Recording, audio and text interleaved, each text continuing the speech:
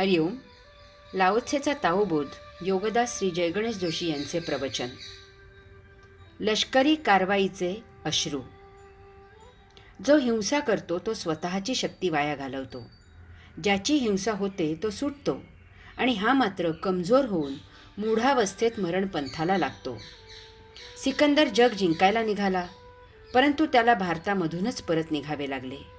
अर्ध्या वाटेवरच त्याचा मृत्यू झाला. तो स्वतःचे जीवन जगू शकला नाही आणि जे काही आयुष्य जगला ते युद्धभूमीवर इतरांचे आयुष्य संपवत जगला. जो हिंसा करतो तो कधीही अभय असू शकत नाही. इतरांना मारलेले असल्यामुळे स्वतःला कोणी मारू नये म्हणून तो नेहमी चिंतेत असतो. त्याला त्याचीही हत्या होईल याची सतत धाकधूक आणि भीती असते. तो स्वतः सभोवती सुरक्षा कवच तैनात करतो. हिटलर, नेपोलियन यांनी स्वतःसारखे दिसणारे नकली हिटलर आणि नेपोलियन बाळगले होते. जेथे धोका असेल तेथे ते त्याचा वापर करत. तो अशा प्रकारे निर्भय, भयमुक्त होण्याचा केविलवाणी प्रयत्न करतो. तो कधीही मोकळा श्वास घेऊ शकत नाही. तो कधीही अभय असू शकत नाही. असा मनुष्य मानसिक आजाराने ग्रासलेला असतो. अशाला कसलेही सुख मिळत नाही. सर्व जीवन इतरांचे सुख जीवन संपवण्यात खर्च होते. यातच अशाचे जीवनही संपुष्टात येते. तो भंजन करण्यात सृजनाची कला विसरतो. त्याची जीवनयात्रा सदा बाह्य असते. तो स्वतःसह कोणाच्याच हृदयात जागा निर्माण करू शकत नाही. हिटलर त्याच्या प्रेयसीलाही खोलीत राहू द्यायचा नाही. हिटलरला आत्महत्या करावी लागली.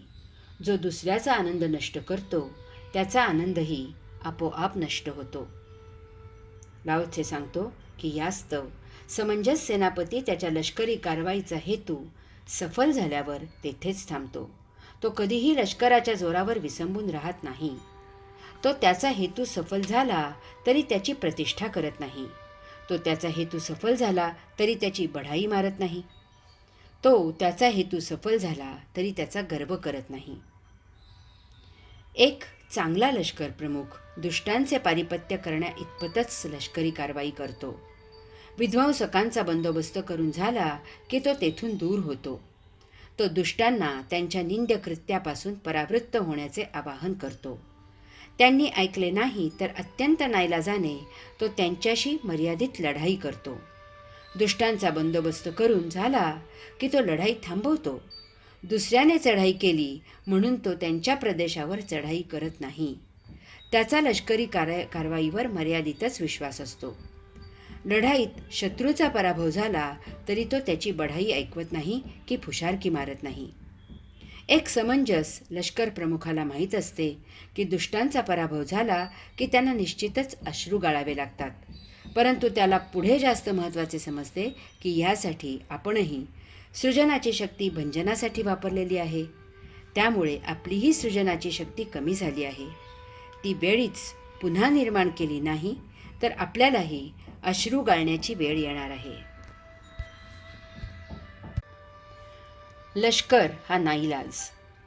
लाओत्से सांगतो की एक अत्यावश्यक म्हणून नाईलाजाने कारवाई करून तो आपला हेतू सफल करतो.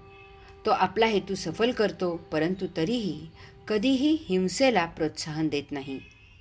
एका चांगल्या लष्कर प्रमुखाचा हेतू संरक्षण करणे इतकाच सीमित असतो. जगा आणि जगू द्या अशीच त्याची भावना असते. मिळालेल्या जयाचा तो अहंकार आणि अभिमान करत नाही. शत्रूला नामोहरम करून झाल्यावर तो शत्रूलाही समजावतो की अशा प्रकारे भंजन करणे कोणाच्याच हिताचे नसते. अशाने कोणी कोणावर कुरघोडी करू शकत नाही आणि त्यात कोणालाच आनंद मिळत नाही. लष्कराचा खर्च समाजोपयोगी कामांसाठी करून सर्वांना आनंदाने जगण्यासाठी काम करावे, यातच सर्वांचे हित आहे. तरीही प्रत्येक राष्ट्राला लष्कर उभारावे लागते. हा नाईलाज आहे. कारण जगात दुष्ट प्रवृत्ती अस्तित्वात आहेत. त्यांचा बंदोबस्त करावाच लागतो. नाहीतर सज्जनांना जगणे अशक्य होईल आणि दुष्ट फोफावतील. दुष्टांना धडा गिरवायला द्यावा लागतो की तुम्हाला तुमच्याच हद्दीत येऊन ठार मारून त्याचे कलेबरही तुमच्या दृष्टीस पडू दिले जाणार नाही. यामधून काही शिकायचे असल्यास शिका, नाहीतर तुमचीही हीच गत होणार हे नक्की समजा. यासाठी नाईलाजाने लष्कर नेहमी सज्ज ठेवावे लागते. पेशवाईत नानासाहेब पेशवे अर्धेच शहाणे ठरले, कारण त्यांच्याकडे स्वतःचे लष्कर नव्हते. नुसती बुद्धी आणि युक्ती असून पुरे होत नाही, तिच्या कार्यवाहीची यंत्रणा असावी लागते.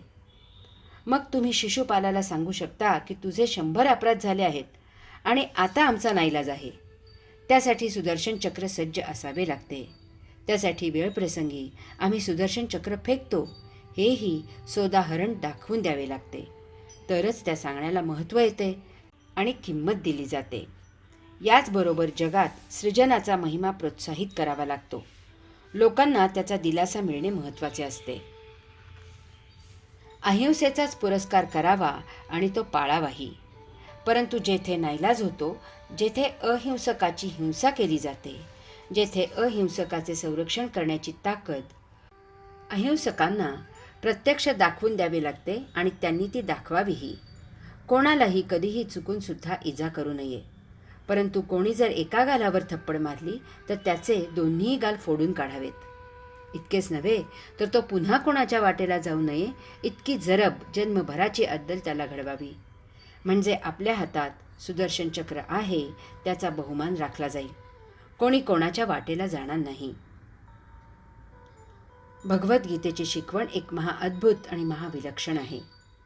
संन्यासी आणि सैनिक एकाच ठिकाणी निर्माण करण्याची शिकवण दिली आहे. जगात या शिकवणुकीला अन्य पर्याय नाही. त्यायोगे सज्जन समाधानाने जगतील आणि दुर्जनही चुकीची वाट सोडून योग्य मार्गी यात्रा करू लागतील. हरि ओम.